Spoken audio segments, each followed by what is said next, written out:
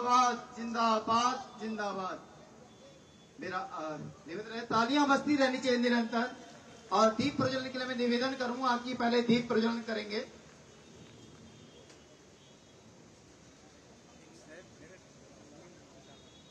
सौभाग्य हमारा और हमारे यशस्वी मुख्यमंत्री श्री पुष्कर सिंह धामी जी हमारे पश्चिमी दिल्ली लोकसभा के इस जो कार्यक्रम में हमारे बीच में उपस्थित हुए हैं।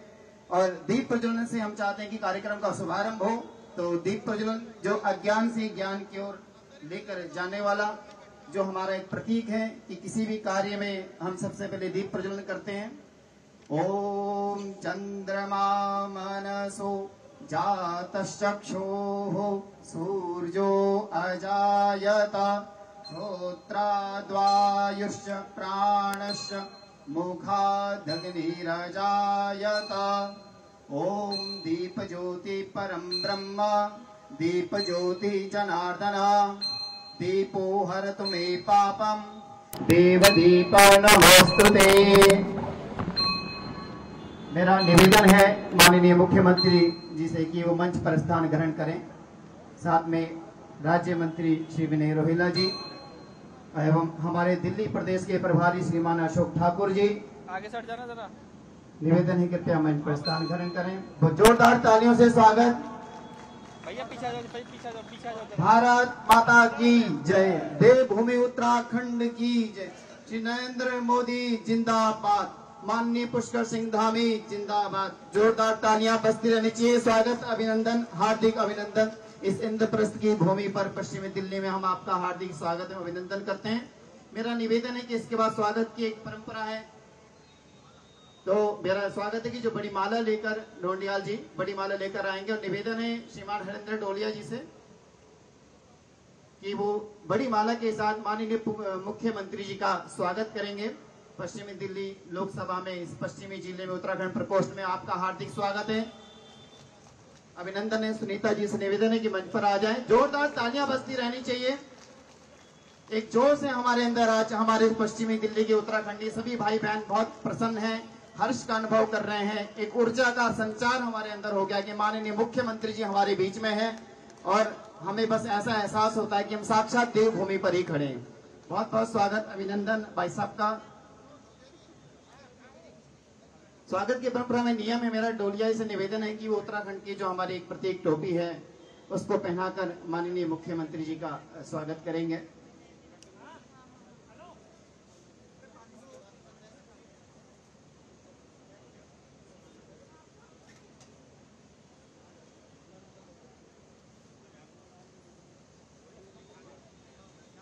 इसके बाद मेरा निवेदन है डॉक्टर वीरेंद्र आई से श्रीमान विनय रोहिला जी का राज्य मंत्री उत्तराखंड सरकार जी स्वागत। जोरदार तालियां बजती रहनी चाहिए। श्रीमान अशोक ठाकुर जी दिल्ली प्रदेश के प्रभारी जी का डॉक्टर वीरेंद्र आर्य जी से स्वागत का निवेदन है। जोरदार तालियां बजती रहनी चाहिए।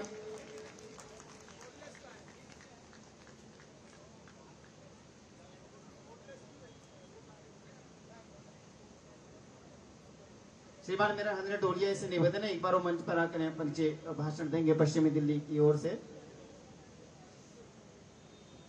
श्रीमान हरेंद्र डोलिया जी।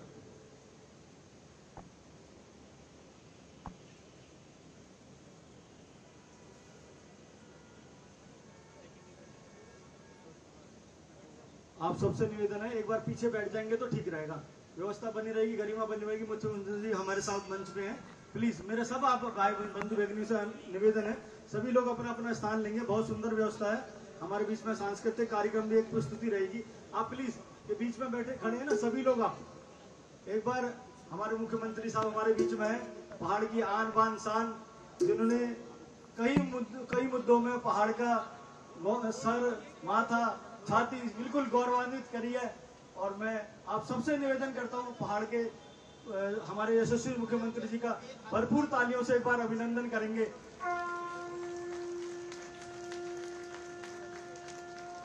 साथ में जिस विषय शंखनाद का आवाज हुआ है अभी, उस शंखनाद 2025 में प्रचंड 24 में प्रचंड जीत से हम मोदी जी की सरकार दोबारा से बनाएंगे। उसके लिए दोनों हाथ ऊपर करके आदरणीय मुख्यमंत्री जी को आश्वासन देंगे। भारत माता की, भारत माता की, भारत माता की।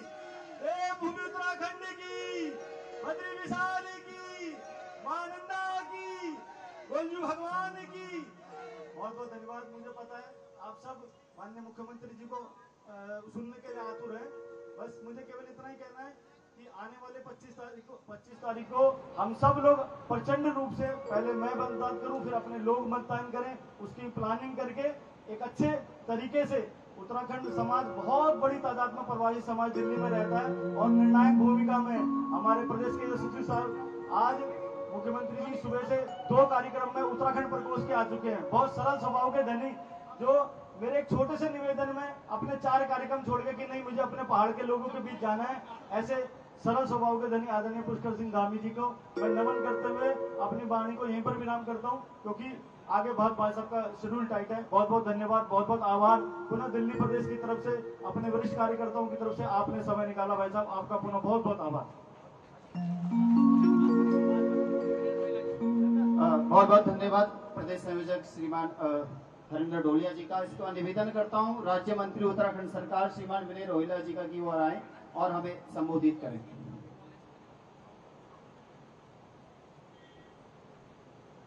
भारत माता की, भारत माता की।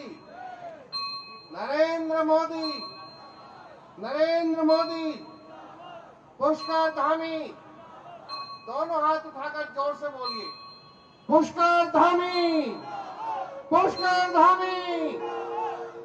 मित्रों, भाइयों और बहनों, आप जैसे सम्मानित कार्यकर्ताओं, बंधु, भाइयों बहनों के बीच में इस मंच पर विराजमान उत्तराखंड के माननीय मुख्यमंत्री श्रीमान पुष्कर धामी जी, हमारे इस कार्यक्रम के प्रदेश के संयोजक श्री डोलिया जी, प्रभारी श्री अशोक ठाकुर जी और सम्मानित मंच, सम्मानित बंधु भाइयों बहनों और पत्रकार साथियों। मित्रों, पिछले 30 दिनों से माननीय मुख्यमंत्री जी, माननीय प्रधानमंत्री जी की राम राम को लेकर उत्तराखंड से लेकर देश के उत्तर भारत से दक्षिण भारत की यात्रा और प्रवास पर है।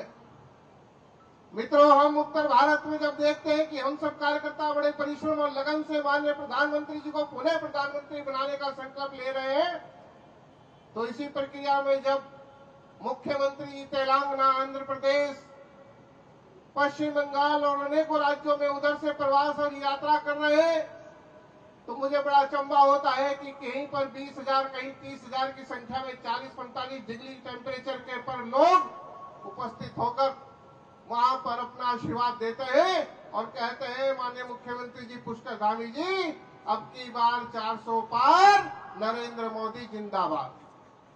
बोलिए नरेंद्र मोदी, जोर से बोलिए नरेंद्र मोदी। मित्रों, इस प्रकार से गगन भेदी गगन आवाज जब कार्यकर्ताओं के बीच से निकलती है तो ऐसा लगता है कि पूरा भारत नरेंद्र मोदी में हो रहा है। और जब माननीय मुख्यमंत्री पुष्कर धामी जी दक्षिण भारत से उत्तर भारत में आते हैं तो दिल्ली हो, हरियाणा हो, हिमाचल हो, पंजाब हो और अन्य सभी राज्यों में अभी तक लगभग सभी जगह जाना हो गया। लगातार सुबह से लेकर शाम तक 3-3 और 4-4 रैलियां हैं। अभी चांदनी चौक और सुबह पटेल नगर और अभी एक रोड शो और अभी करने के बाद यहाँ है और अभी 2 कार्यक्रम और बाकी हैं 10 बजे तक। इसलिए मित्रों, मैं कह रहा हूँ कि आज मुख्यमंत्री जी के नेतृत्व में उत्तराखंड का परिवर्तन हुआ है। यूसीसी एक्ट हो, धर्मांतरण बिल हो, भ्रष्टाचार के विरुद्ध में नकल अध्यादेश हो और चाहे सुरक्षा का विषय हो, चाहे पर्यटन हो, चाहे सिंचाई राजस्व व्यवस्था हो, इरिगेशन की व्यवस्थाओं में सुधार हो। आज आपके पर्वत क्षेत्रों के अंतर्गत घर घर पर सड़क पहुंच गई है और मैं समझता हूं हर हॉस्पिटल में दवाई और डॉक्टर ने अपनी जो पिछली कमी थी वो पूरी करी। आज मुख्यमंत्री जी के नेतृत्व में ये अपना उत्तराखंड प्रदेश जो पिछड़ा प्रदेश कहलाया जाता था, आज उन्नति की राह और तरक्की और विकसित होकर आगे बढ़ चुका है। मित्रों, आप सब लोगों ने यहाँ पहुंचकर बड़ी संख्या में मुख्यमंत्री जी का अभिवादन और वंदन अभिनंदन किया है। मैं भी आपका और माननीय मुख्यमंत्री जी की तरफ से, अपनी भी तरफ से, भारतीय जनता पार्टी की भी तरफ से आपका अभिनंदन और वंदन और स्वागत करते हुए अपनी बात को समाप्त करता हूं और आपका धन्यवाद देता हूं। बहुत बहुत धन्यवाद। हार्दिक धन्यवाद श्रीमान ने रोहिला जी, राज्य मंत्री उत्तराखंड सरकार। आपके वक्तव्य से जो एक हम सब में एक ऊर्जा और जोश का संचार हुआ, अब मैं निवेदन करता हूं कि हमारी उत्तराखंड की एक सांस्कृतिक एक पहचान एक परिचय है मां नंदा देवी की एक यात्रा, तो उसको यहाँ पर संगीतमय तरीके से प्रस्तुत करने जा रहे हैं मुकेश कटी जी की टीम। माननीय यशस्वी मुख्यमंत्री उत्तराखंड श्री पुष्कर सिंह धामी जी, आप सभी का बहुत बहुत स्वागत, अभिनंदन। मां भगवती नंदा डोली यात्रा आपके बीच में बैठा सारे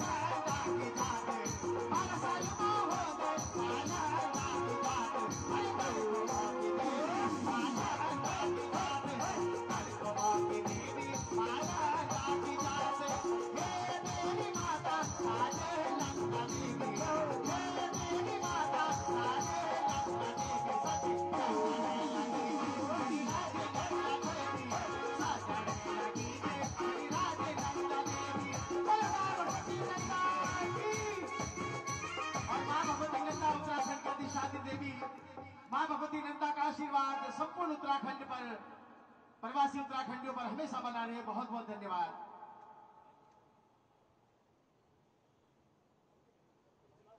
बहुत बहुत धन्यवाद। इसी बीच में हमारे यहाँ के निगम पार्षद श्रीमान हरीश ओबरॉय जी, उनका हार्दिक स्वागत है। सुनील जिंदल जी हमारे तिलक नगर विधानसभा के प्रभारी हैं, आपका हार्दिक स्वागत अभिनंदन है। हमारे स्थानीय निगम पार्षद श्री हरीश ओबरॉय जी। अब मैं मंच पर निवेदन करूंगा सरिता जिंदल जी, निगम पार्षद विकासपुरी की, आपका हार्दिक स्वागत है, अभिनंदन है। जयपुर की महापौर जी सौम्या जी का आपका हार्दिक स्वागत है मंच पर। मैं निवेदन करूंगा श्रीमान अशोक ठाकुर जी से, दिल्ली प्रदेश प्रभारी, कृपया आए। और हमारे पास समय का बड़ा अभाव है कि कुछ ही समय में मुख्यमंत्री जी का अगला भी कार्यक्रम है, तो श्रीमान अशोक ठाकुर जी स्वागत है कि वो मंच पर आए और कुछ वचन हमें प्रस्तुत करें।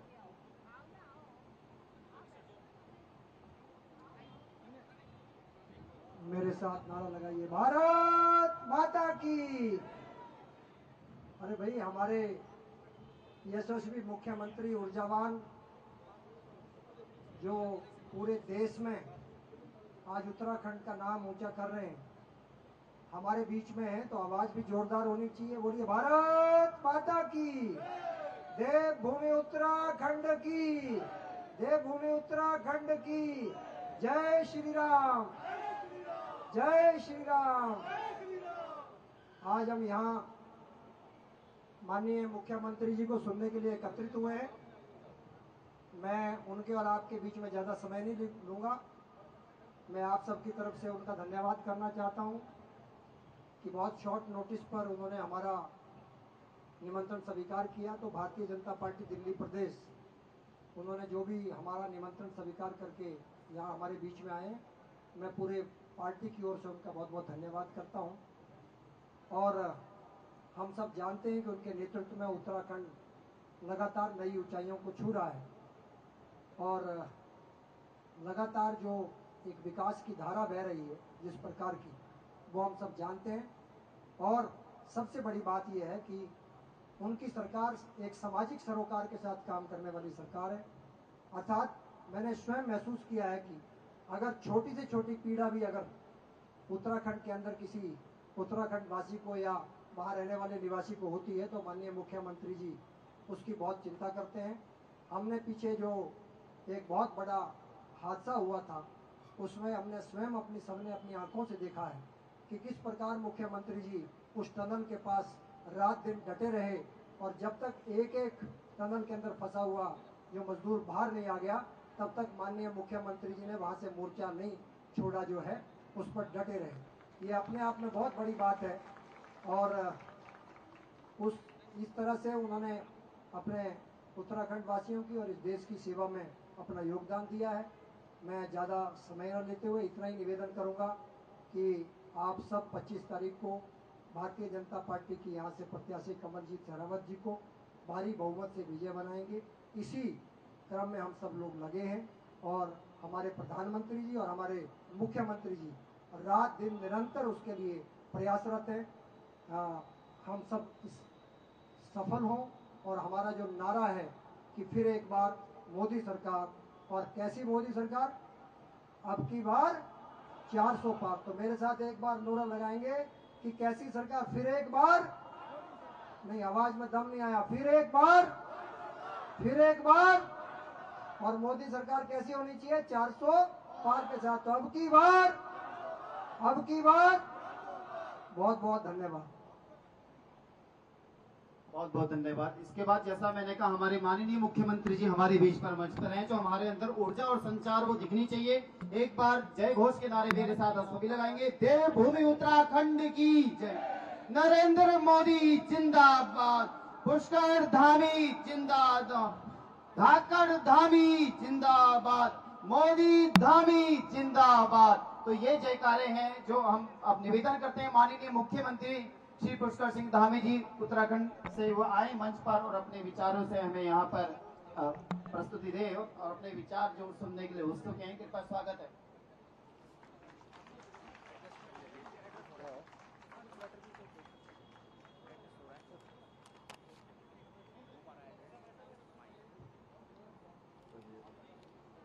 भारत माता की। क्या बात है, अभी आवाज कम आ रही है। भारत माता की। जोर का उद्घोष करिए। हम लोग जो है बिल्कुल सीमांत से आवाज पूरे दिल्ली में गूंजनी चाहिए। बोले भारत माता की जय। बद्री विशाल जय। बाबा केदार, पूर्णागिरी मैया की, गोलजू महाराज की, गंगा मैया की, यमुना मैया की। लोकसभा पश्चिमी के दिल्ली पश्चिमी के इस सभा में मंच पर आसीन उत्तराखंड बीजेपी दिल्ली प्रदेश के संयोजक भाई हरीन ढोलिया जी और हमारे यहाँ के प्रभारी, प्रदेश प्रभारी श्री अशोक ठाकुर जी, श्री सुनील जिंदल जी, श्री हरीश ओबराय जी, हरिकृष्ण ढोंडियाल जी, पश्चिमी जिला संयोजक वीरेंद्र आर्य जी, प्रदेश उपाध्यक्ष बरमीण बंगवाल जी, श्रीमती सुनीता भारद्वाज जी व सुनीता जिंदल जी, शांतनु संतन बिष्ट जी, मेयर जयपुर सोमिया गुजर जी, हमारे कलाकार भाई श्री यशवंत कठैत जी व उनकी टीम एवं मंच पर आसीन हमारे सभी नेतागण और इस कार्यक्रम में पधारे मेरे सभी बड़े बुजुर्ग, सभी उपस्थित माताएं, बहनें और मेरे नौजवान साथियों, उपस्थित मीडिया के बंधु, मैं सबसे पहले तो क्या वो कम आ रही है? अच्छा चलो, अब ठीक है, छोड़ दो जी, हो जाएगा। मैं सबसे पहले तो आप सबको देवभूमि उत्तराखंड के मुख्य सेवक के नाते आप सबका अपनी ओर से स्वागत करता हूं, आप सबका अभिनंदन करता हूं। भाइयों बहनों, आप सबको पता है कि आज मैं आप सबके बीच लोकसभा चुनाव में हमारे प्रधानमंत्री आदरणीय मोदी जी को तीसरी बार देश का प्रधानमंत्री बनाने के लिए और आप सबके बीच में जिनको यहाँ से लोकसभा का प्रत्याशी बनाया गया है बहन कमलजीत शेरावत, उनके लिए आप सबका समर्थन मांगने के लिए आया हूँ। और जो मैं जोश और जो जुनून और जो ऊर्जा पूरे दिल्ली के अंदर देख रहा हूँ, मुझे पूरा यकीन है, मेरे मन में कोई संदेह नहीं है कि इस बार फिर से सातों की सातों सीटों पर दिल्ली की कमल खिलने वाला है और सातों प्रत्याशी ऐतिहासिक मतों से जीतने वाले हैं। भाइयों बहनों, ये चुनाव आम चुनाव नहीं है, इस चुनाव में पूरे दुनिया की नजरें टिकी हुई है। इस बार के चुनाव में बहुत सारी देशद्रोही शक्तियां जो भारत को आगे बढ़ते हुए देख नहीं पा रही हैं, उसको सहन नहीं कर पा रही हैं, कोई पाकिस्तान से मिला हुआ है, कोई दुनिया के अन्य जो भारत विरोधी शक्तियां हैं उनसे मिले हुए हैं, वो सारे के सारे इस बार मोदी जी को रोकने के लिए अनेक प्रकार के हथकंडे अपना रहे हैं, अनेक प्रकार का भ्रमजाल भी फैलाने का प्रयास कर रहे हैं। लेकिन मैं आप सबसे पूरे देश के अंदर जाने के बाद ये कह सकता हूं कि इस बार पूरा पश्चिम, उत्तर, दक्षिण, कश्मीर से लेकर कन्याकुमारी, अटक से लेकर कटक तक पूरे देश में एक ही लहर चल रही है, वो है मोदी जी की लहर और भारतीय जनता पार्टी की लहर। भाइयों बहनों, पिछले 10 वर्षों में जिस प्रकार से मोदी जी ने देश को आगे बढ़ाने का काम किया है, देश के लिए अभूतपूर्व निर्णय लिए हैं, गरीबों के कल्याण के लिए जो योजनाएं संचालित की हैं, पूरे विश्व के अंदर भारत का मान सम्मान और स्वाभिमान बढ़ा है, भारत की पहचान बढ़ी है, पूरे विश्व के अंदर भारत का डंका बजा है। एक कालखंड था 2014 से पहले का, जब देश के अंदर यूपीए की सरकार होती थी। भाइयों बहनों, हमारी गिनती दुनिया के देशों में सांप सपेरों के देश के रूप में होने लगी, घपले घोटालों के देश के रूप में होने लगी और भारत की पहचान पूरे विश्व में एक डब्बू भारत, एक पिछलग्गू भारत, और विश्व के मंचों पर अपनी बात भी न कह सकने वाला भारत, ऐसे भारत के रूप में हमारी पहचान बन गई थी। उस पहचान से हर भारतवासी को गौरवान्वित करने का काम, हर भारतवासी को उसके मनोबल को ऊंचा करने के बाद और विश्व के हर मंच पर हर भारतवासी का गर्व से सीना चौड़ा करने का काम अगर किसी भारत माँ के लाल ने किया है तो उसका नाम है आदरणीय नरेंद्र मोदी जी। भाइयों बहनों, भारत का मस्तक ऊंचा हुआ है क्योंकि मैं विश्व के अनेक देशों में गया हूं। मैंने देखा है किस प्रकार से हमारे देश के और हमारे देशवासियों के लिए एक सम्मान बढ़ा है, एक विश्वास बढ़ा है और दुनिया के विकसित देश अब ये मानने लगे और ये कहने लगे कि आज भारत जिस तेजी से विकास की ओर आगे बढ़ा है, भारत और दुनिया के जो विकसित देश हैं, जो अपने आप को हर प्रकार से समृद्ध और शक्तिशाली समझते थे, उन देशों के बीच फासला बहुत कम हुआ है। भाइयों बहनों, जहां विश्व के मंचों पर देश का नाम आगे बढ़ा है, वहीं भारत में इंफ्रास्ट्रक्चर का क्षेत्र हो या टेक्नोलॉजी का क्षेत्र हो, हर क्षेत्र में, चाहे आज हम बात करें हमारे चंद्रयान के चंद्रमा में स्थापित होने के या आदित्ययान के सफल प्रक्षेपण का या startup India, make in India जैसी अनेक योजनाएं जो देश के अंदर लाई गई हैं। नए पिछले 10 सालों में तेज गति से IIM बनाए गए, IIT बनाए गए, नए विश्वविद्यालय खोले गए। भाइयों बहनों, पिछले 10 वर्षों में 70 सालों के बराबर एयरपोर्ट जितने 70 सालों में बने थे, उससे ज्यादा हवाई अड्डों का निर्माण हुआ है। छोटे छोटे शहरों में आज हवाई सेवाएं प्रारंभ हो रही हैं। देश के अंदर एक से एक ऐतिहासिक निर्णय लिए गए हैं, गरीब कल्याण की योजनाएं चलाई गई, सुशासन देश के अंदर स्थापित हुआ है, एक वर्क कल्चर स्थापित हुआ है कि अब हर एक देशवासी जो जिसके पास जो दायित्व है, जो जिम्मेदारी है, उसको लगता है कि मुझे अपना काम सर्व समर्पण के साथ करना है, पूरे मनोयोग के साथ करना है, अपने क्षेत्र में मुझे एक आउटपुट देना है, एक परिणाम देना है। इस भावना के तहत आज लोग अपने कार्य क्षेत्र में काम करने लगे हैं। भारतीय जनता पार्टी की सरकारें जहां मोदी जी के मार्गदर्शन में अनेक कामों को आगे बढ़ा रही हैं, जिन प्रदेशों में भी डबल इंजन की सरकारें हैं, वहां तेज गति से विकास आगे बढ़ा है, तेज गति से वहां के लोगों की दिनचर्या आगे बढ़ी है, हर प्रकार से वहां पर अच्छा नियोजन हुआ है। देश के अंदर इतने सारे ऐतिहासिक निर्णय लिए गए, चाहे कश्मीर में धारा 370 समापन करनी हो, कश्मीर भारत का अभिन्न अंग बन गया। देशवासी देश की आजादी से लेकर अब तक हजारों हजार लोगों ने जिस कश्मीर को बचाने के लिए अपनी शहादत दे दी, अपना बलिदान दे दिया, अपनी जिंदगानी लगा दी, उस कश्मीर से धारा 370 समाप्त नहीं होने के कारण से अलगाववादी, आतंकवादी और जिहादी लगातार पोषित हो रहे थे।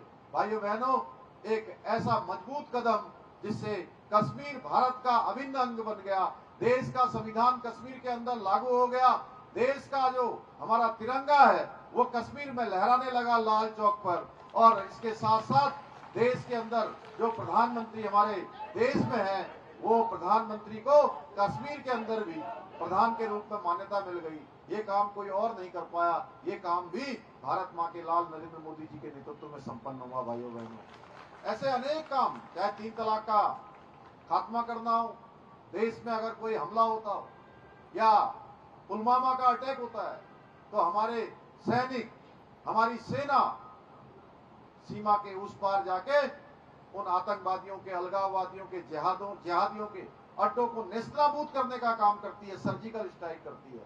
डोकलाम में कोई घटना होती है या तवांग में कोई घटना होती है या सीमा पार से कोई गोली आती है तो आज हमारे सैनिक उस गोली का जवाब देने के लिए किसी से पूछते नहीं है, कोई आदेश नहीं लेते हैं। सेना को यह आदेश है कि अगर गोली आएगी तो गोली का जवाब गोलों से देना है, तोप से देना है। आज भारत की सेना का मनोबल इस प्रकार से ऊंचा किया गया है। भाइयों बहनों, देश के अंदर लंबे समय से जिसकी हम प्रतीक्षा कर रहे थे, नारी शक्ति बंधन विधेयक आज पारित करके आगे आने वाले समय में हमारी महिलाओं के लिए, बहनों के लिए, मातृशक्ति के लिए 33% का आरक्षण आप विधानसभा और लोकसभा में सुनिश्चित हो गया है। भाइयों बहनों, आने वाले समय में मातृशक्ति हर क्षेत्र में प्रतिनिधित्व करेगी। इतना ही नहीं, जिस भगवान राम, हम सब लोग, हमारे को कोई कष्ट आता है, कोई संकट आता है, कोई परेशानी आती है, तो हमारे मुंह से निकलता है हे राम, श्री राम, राम राम। और हम आपस में मिलते हैं तब भी राम राम बोलते हैं। भाइयों बहनों, ऐसे राम जहां पैदा हुए और बरसों बरसों तक भगवान राम को टेंट में रहना पड़ा। मैं भी कई बार बाल्यकाल से अयोध्या गया, मैं बड़े उत्साह से अयोध्या जाता था भाइयों बहनों, और जब मैं वहां जाकर देखता था तो भगवान राम टेंट में है, तो मन में निराशा होती थी कि इतने राम भक्त और राष्ट्र भक्त चाहते हैं, लेकिन भगवान का मंदिर नहीं बन पा रहा है। भाइयों बहनों, हम सबको वो गौरव का क्षण, वो सौभाग्य अगर किसी के कारण से प्राप्त हुआ, त्रेता युग के बाद हम सबको फिर से राम युग में आने का ये अवसर अगर हमें मिला है, तो हमारे प्रधानमंत्री मोदी जी के कारण आज भगवान राम की वहां पर प्राण प्रतिष्ठा भी हो गई, भगवान अपने महल के अंदर भी विराजित हो गए। और इस बार का रामनवमी का पर्व भगवान ने टेंट में नहीं गुजारा, इस बार अपने घर के अंदर रामनवमी के पर्व पर भगवान राम थे। पूरा देश आज हर्षित है भाइयों बहनों, 1 लाख से भी ज्यादा लोग आज भगवान राम के दर्शन के लिए अयोध्या आ रहे हैं। लेकिन कुछ लोग भगवान राम की प्राण प्रतिष्ठा में बुलाने के बाद भी नहीं गए। ये इंडी गठबंधन के लोग, ये कांग्रेस पार्टी के लोग, ये समाजवादी पार्टी के लोग, ये आप पार्टी के लोग, जितने भी इंडी गठबंधन के लोग हैं, इन्होंने भगवान राम के प्राण प्रतिष्ठा के न्योते को भी ठुकरा दिया। भाइयों बहनों, रामचरितमानस में कहा गया है, जिसके ऊपर से राम की कृपा नहीं होती है तो उसको फिर कहीं जगह नहीं मिलती है। इनको कहीं जगह नहीं मिलने वाली है, क्योंकि वहां तो वही जा सकता था, वही वो उनके दर्शन कर सकता था जिस पर भगवान राम की कृपा होती है। भाइयों बहनों, इन पर इन्होंने भगवान राम की कृपा से स्वयं को दूर कर लिया। भाइयों बहनों, ऐसे अनेक काम माननीय प्रधानमंत्री जी के 10 साल के कालखंड में हुए हैं। हमने भी देवभूमि उत्तराखंड में माननीय प्रधानमंत्री मोदी जी के मार्गदर्शन में अनेक कामों को आगे बढ़ाया है। बहुत सारे हमने ऐतिहासिक निर्णय लिए हैं, और मुझे बताते हुए खुशी हो रही है कि इस बार भारतीय जनता पार्टी का जो माननीय प्रधानमंत्री मोदी जी के नेतृत्व में जो संकल्प पत्र देश के सामने प्रस्तुत किया गया है, उस संकल्प पत्र में उत्तराखंड में जो समान नागरिक संहिता का विधेयक पारित हो चुका है, विधेयक बन चुका है, उस विधेयक को पूरे देश के सामने नई सरकार के गठन पर संकल्प के रूप में लिया गया है। देश के अंदर एक विधान होना चाहिए, एक प्रधान होना चाहिए, और देश का एक निशान होना चाहिए। ये देश के आजादी के बाद से लेकर जनसंघ के जमाने से श्यामा प्रसाद मुखर्जी जहां बलिदान हो गए, तब से संकल्प था कि देश के अंदर इस प्रकार की व्यवस्था होनी चाहिए। देश के अंदर रहने वाले हर एक व्यक्ति के लिए एक समान कानून होना चाहिए। ये नहीं कि देश में एक कोई उस कोने में रहता है तो वहां अलग कानून चलेगा, इस वर्ग के लिए अलग कानून चलेगा, इस जाति और संप्रदाय के लिए अलग कानून चलेगा। भाइयों बहनों, अब देश के अंदर आने वाले समय में एक कानून सबके लिए चलेगा। देश इस दिशा में आगे चल बढ़ा है, देश आगे बढ़ गया है। समान नागरिक संहिता की बात हो रही है। एक तरफ हम प्रधानमंत्री मोदी जी के नेतृत्व में समान नागरिक संहिता की बात कर रहे हैं, देवभूमि उत्तराखंड में हमने लागू कर दिया है, और दूसरी तरफ जो कांग्रेस पार्टी है, आप पार्टी है, ये इंडी गठबंधन के लोग हैं, ये जो गठबंधन इन्होंने बनाया है जिसका नाम ठगबंधन है, ये ठगबंधन के लोग भाइयों बहनों ये कहते हैं कि देश में पर्सनल लॉ लागू होना चाहिए। मुस्लिम लीग क्या, जो जिन्ना का पर्सनल लॉ है, उस पर्सनल लॉ की बात करते हैं, ये शरिया कानून की बात करते हैं। भाइयों बहनों, हम महिला उत्थान की बात करते हैं, हम अपनी मातृशक्ति के सशक्तिकरण की बात करते हैं, उनकी सुरक्षा की बात करते हैं। ये महिलाओं के साथ किस प्रकार का व्यवहार कर रहे हैं, ये आप सब लोगों ने दिल्ली में देख लिया होगा। दिल्ली की एक आप पार्टी की सांसद स्वाति मालीवाल मुख्यमंत्री आवास के अंदर लात घूसों से पीटा जाता है, किस प्रकार से उनके साथ अभद्रता की जाती है, आज पूरी दुनिया के सामने आ गया है, पूरे भारत के सामने आ गया है। और हद तो तब हो गई जब इतना मारा पीटा जा रहा है, लेकिन एक भी इस पूरे गठबंधन का, प्रियंका दीदी भी कुछ नहीं बोल रही है। भाइयों बहनों, जो कहती थी मैं लड़की हूं, लड़ सकती हूं, मैं महिला हूं, मैं आगे बढ़ सकती हूं, महिलाओं की आवाज को उठा सकती हूं, अब उनकी आवाज भी दब गई है। कोई गठबंधन का एक भी नेता ये बात आकर नहीं कह रहा है कि महिलाओं का उत्पीड़न हो रहा है, ये गलत काम हुआ है, ऐसा नहीं होना चाहिए। ये इनकी मानसिकता को उजागर करता है कि ये महिला विरोधी मानसिकता के लोग हैं। भाइयों बहनों, हमारे संस्कार कहते हैं, हमारी संस्कृति कहती है कि महिलाओं का सम्मान होना चाहिए। नारी तू नारायणी है, ये हमारे शास्त्रों में कहा गया है। हम कहते हैं यत्र नार्यस्तु पूज्यन्ते रमन्त तत्र देवता, यानी कि जहाँ नारियों का सम्मान होता है, नारियों की पूजा होती है, वहां देवताओं का वास होता है। और ऐसा दिल्ली में इस प्रकार से हमारी महिला शक्ति के साथ, इस प्रकार से महिला सांसद के साथ जो घटनाक्रम हुआ है, उसकी जितनी निंदा की जाए उतनी कम है। भाइयों बहनों, मैं दिल्ली में घूमने के बाद ये कह सकता हूं कि दिल्ली के लोगों ने मन बना लिया है, क्योंकि दिल्ली के लोग हों या देश के लोग हों, वो भली भांति जानते हैं। एक तरफ आज वो लोग हैं जिन्होंने देश को केवल ठगने का काम किया है। ये गठबंधन भी ये कोई सरकार बनाने का गठबंधन नहीं है, ये लोगों को केवल भ्रम में डालने का गठबंधन है। क्योंकि पूरे देश के अंदर एक ही चर्चा है, एक ही संकल्प है कि मोदी जी देश के प्रधानमंत्री बनने वाले हैं, एनडीए और बीजेपी की सरकार बनने वाली है। ये केवल गठबंधन अपने परिवारों को बचाने के लिए, अपने भ्रष्टाचार को छुपाने का गठबंधन है, अपने तुष्टीकरण को करने का गठबंधन है। इसलिए मैं आप सबसे कहने आया हूं कि देवभूमि उत्तराखंड में हम लोगों ने बहुत सारे काम किए हैं। हमने जहां धर्मांतरण रोकने के लिए कठोर धर्मांतरण का कानून बनाया है, जहां हमने लैंड जिहाद को रोकने के लिए अतिक्रमण को हटाने का अभियान प्रारंभ किया, उत्तराखंड देवभूमि के अंदर देवभूमि के मूल स्वरूप को खराब करने के लिए कहीं नीली चादर, कहीं पीली चादर, कहीं हरी चादर ऐसे चढ़ाकर सरकारी जमीनों पर, कई हजार एकड़ जमीनों पर कब्जा किया हुआ था। भाइयों बहनों, हमने कहा हम देवभूमि के मूल स्वरूप को किसी भी कीमत पर खराब नहीं होने देंगे। मेरे उत्तराखंड के भाई बहन यहाँ बैठे हुए हैं, आप सब जानते हैं। आप अगर बताते हैं किसी को भी, अशोक ठाकुर जी, अगर किसी को बताया जाएगा कि हम उत्तराखंड के रहने वाले हैं, उस व्यक्ति का भाव बदल जाता है, उसकी दृष्टि बदल जाती है कि देवभूमि उत्तराखंड के लोग हैं। इस प्रकार का भाव आज देश दुनिया के अंदर उत्तराखंड के लिए और उत्तराखंड के लोगों के लिए है। इस मूल स्वरूप को खराब करने का प्रयास किया जा रहा था। इसलिए भाइयों बहनों, हमने वहां पर कठोर कार्रवाई करी और 5000 एकड़ से भी ज्यादा अतिक्रमण हुई जमीन को अवैध कब्जों से मुक्त कराने का काम किया है। दंगा रोकने के लिए हमने दंगा रोधी कानून बना दिया। आपने देखा होगा हल्द्वानी में कुछ लोगों ने दंगा करने का प्रयास किया था, बनबुलपुरा क्षेत्र में कुछ लोगों ने आगजनी करने का काम किया था। भाइयों बहनों, जिन्होंने आगजनी करी, जिन्होंने तोड़फोड़ करी, जिन्होंने वहां पर हिंसा भड़काने का प्रयास किया, उनका जो उचित स्थान है, जहां उनको होना चाहिए, उस उचित स्थान पर उनको भेज दिया गया है।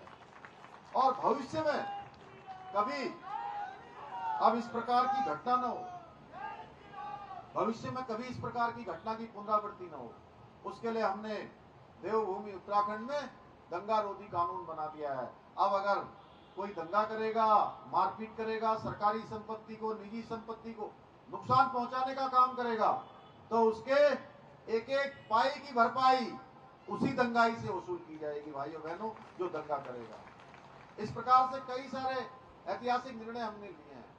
हमने माननीय प्रधानमंत्री जी के मार्गदर्शन में इन्वेस्टर ग्लोबल समिट का आयोजन किया, जिसमें 3,54,000 करोड़ रुपए के हमारे साथ निवेशकों के करार हुए, जिसमें से 81,000 करोड़ की ग्राउंडिंग शुरू हो गई है।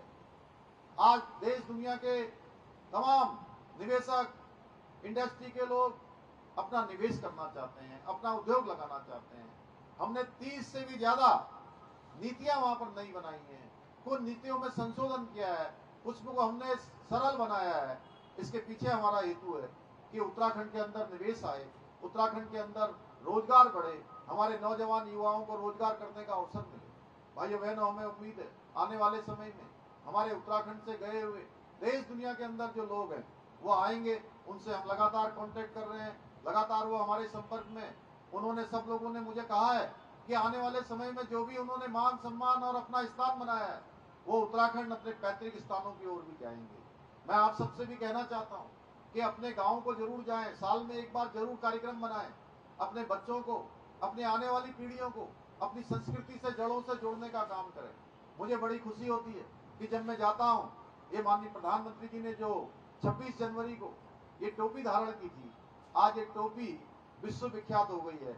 मैं दुबई में गया था, अबू धाबी में गया था, लंदन गया था, मैंने वहां भी देखा कि हमारे वहां के रहने वाले भाई सब इस टोपी को धारण करके आए थे। और हमारी बहनें, मैं सचमुच जब उनको अपनी पोशाक में देखता हूँ, अपने पिछोड़े में देखता हूँ, वो अपनी नथ लगा के आती हैं, दुलोबंद लगाकर आती हैं, जो मेरे ख्याल से नए समय में पैदा हुई हमारी बेटियां शायद उस संस्कृति को भूल जाती। लेकिन आप सब लोगों ने आज उत्तराखंड से बाहर रहकर भी अपनी संस्कृति को, अपने संस्कारों को जीवंत बनाने का काम किया है। मैं इसके लिए आप सबको बहुत बधाई देना चाहता हूँ। मेरी तरफ से बहुत आप सबको शुभकामनाएं। भाइयों बहनों, हमारे माननीय प्रधानमंत्री मोदी जी के हृदय में उत्तराखंड बसता है। आपने देखा होगा, अनेकों बार वो उत्तराखंड आते हैं, अनेकों बार उत्तराखंड से अनेक योजनाओं को कहीं वो शिलान्यास करते हैं, कहीं लोकार्पित करते हैं। जहां हमारे केदारपुरी का निर्माण उन्होंने नवनिर्माण और पुनर्निर्माण का काम किया, वहीं बद्रीनाथ का मास्टर प्लान बनकर तैयार हो गया। आने वाले समय में जो देश दुनिया के लोग उत्तराखंड आएंगे, उनको बहुत आसानी से बाबा केदार की यात्रा हो जाएगी। वहां पर रोप वे का काम शुरू हो रहा है। इसी प्रकार से हेमकुंड जाने के लिए जो बहुत कठिन यात्रा होती है, गोविंद घाट से हेमकुंड जाने का रोप वे का भी शिलान्यास हो गया है। आने वाले समय में वहां भी आसानी से जा पाएंगे। इसी प्रकार मानसखंड के अंतर्गत आदि कैलाश जाने के लिए, जहां माननीय प्रधानमंत्री जी ने 12 अक्टूबर 2023 को 18,000 फुट की ऊंचाई पर जौलीकॉन पर जाकर पूरे देश और दुनिया को आदि कैलाश के दर्शन करवाए थे, आदि कैलाश का स्मरण करवाया था। वो स्थान भी सड़क मार्ग से जाने का मार्ग बन गया। इस बार टनकपुर आदि कैलाश यात्रा का, कैलाश मानसरोवर यात्रा का एक केंद्र बिंदु बना है, वहां से वो यात्रा प्रारंभ हो रही है। ऐसे अनेकों काम, जहां ऋषिकेश कर्णप्रयाग रेल लाइन तेजी से आगे बढ़ रही है। आने वाले समय में लोग देखेंगे कि पहाड़ों में ट्रेन जा रही है, पहाड़ों में रेल जा रही है। जहां ऋषिकेश कर्णप्रयाग जल्दी ही पूरी होगी, वहीं उसी तर्ज पर टनकपुर से लेकर बागेश्वर तक यह रेल योजना भी हमारी प्रस्तावित है। माननीय प्रधानमंत्री जी ने उसका भी संकल्प लिया है कि आने वाले समय में वो योजना भी हमारी तेजी से आगे बढ़ेगी। ऐसे अनेक काम, जहां चार धाम हमारे आगे बढ़े हैं, चार धामों में आज अपार संख्या में देश दुनिया के तीर्थयात्री श्रद्धालु आ रहे हैं। भाइयों बहनों, दो तीन दिनों पहले आपने अखबारों में पढ़ा होगा कि बहुत बड़ी संख्या आ रही है। हाँ, ये बहुत बड़ी संख्या आई है। वहां पर पिछले सालों की तुलना में इन 8-9 दिनों में दुगने से भी ज्यादा तीर्थयात्रियों ने, 6 लाख से ज्यादा तीर्थयात्रियों ने इन 9 दिनों में चारों धामों के दर्शन कर लिए हैं। आज भी बद्रीनाथ में 28,000, केदारनाथ में 32,000, गंगोत्री में 15,000 और यमुनोत्री में 12,000 लोगों ने अभी तक दर्शन किया है। भाइयों बहनों, जो अपने आप में एक रिकॉर्ड है। हमने लेकिन सबसे निवेदन किया है, यात्रा में आइए, चार धामों के दर्शन करिए, लेकिन रजिस्ट्रेशन करवा के आइए, मौसम की जानकारी लेकर आइए। हम चाहते हैं कि जितने भी लोग यात्रा में आए, उनकी यात्रा सुगम हो, सरल हो, सुरक्षित हो। उनका जीवन हमारे लिए सर्वोपरि है। इसलिए हम यात्रा को पूरी सुचारू रूप से, व्यवस्थित तरीके से चलाने का काम कर रहे हैं। आपने देखा होगा, मैं स्वयं भी यमुनोत्री मार्ग पर गया था, सभी यात्रियों से मैंने बात करी थी। आज भी लगातार मैं यहाँ से पूरे दिन भर अपडेट लेता रहा, शाम तक अभी तक अपडेट लिया है। भाइयों बहनों, इस प्रकार से जहाँ चार धाम हमारे तेजी से बढ़े हैं, चार धामों में यात्रियों की संख्या बढ़ी है, वहीं मानसखंड के अंदर वहां आने वाले यात्रियों की भी संख्या तेजी से बढ़ रही है। अभी पिछले दिनों नागपुर से, पुणे से बड़ी संख्या में लोग आए थे। दूसरी ट्रेन भी वहां से आने वाली है। पूरे साल भर उत्तराखंड के अंदर यात्राएं चलेंगी, लोग उत्तराखंड के दर्शन करेंगे।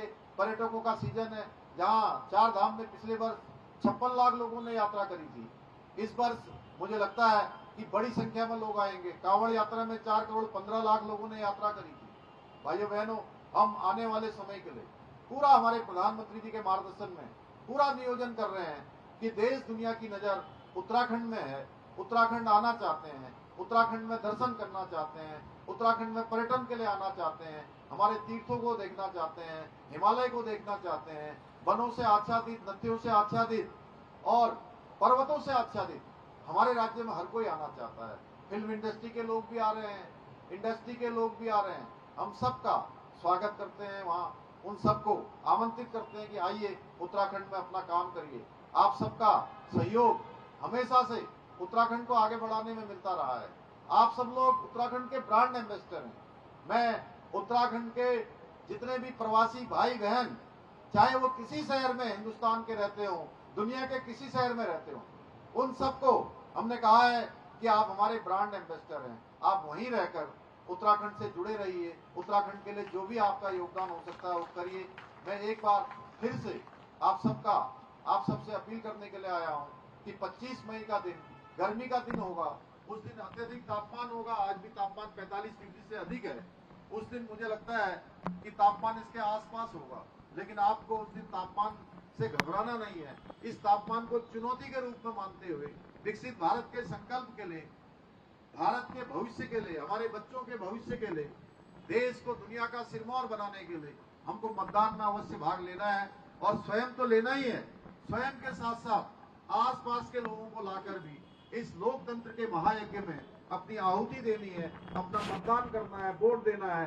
मोदी जी को प्रधानमंत्री तीसरी बार बनाने के लिए इस क्षेत्र के हमारे सांसद प्रत्याशी बहन कमलजीत शेरावत को भारी मतों से जिताकर संसद में भेजना है। वो आपकी वकालत करेंगी, मोदी जी की एक टीम में सक्रिय मेंबर के रूप में सेवा देंगी, इस क्षेत्र को भी देंगी, संसद में भी करेंगी और पार्टी को भी आगे बढ़ाने का काम करेगी। आप सबके वकील बनकर, आप सबके वकालत, आप सबकी पैरवी का काम बहुत अच्छे तरीके से करेंगी। मैं यही आप सबसे निवेदन करने के लिए आया हूँ, इसी आशा और विश्वास के साथ कि आप लोग पहले मतदान करेंगे, उसके बाद ही जलपान करेंगे।